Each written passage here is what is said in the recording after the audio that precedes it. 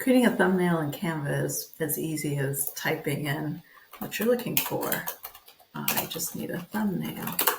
So we'll type that in and probably we'll say, oh, here we go, Canva templates down here. And you just choose any of these that as a starting point and go from there. So you can choose this one, for example, customize this template.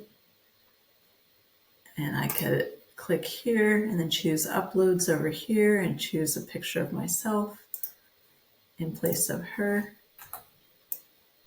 We'll remove the background. There I am. And let's say I want, instead of white, or actually instead of this brown, I can click on this color. I click on the brown and it pops up. Click on here and I choose from my brand template that I've already uploaded.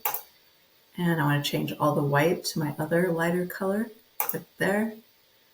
Choose text color. I'm going to choose that one. And then this pops up at the bottom. Would you like to change all the white to that color? Yes. So it does that for me. I've got this font as well. I'll change it to this color. Put my name here. So it's pretty simple as far as creating your own stuff. It's just really a matter of playing around and getting comfortable with it in here.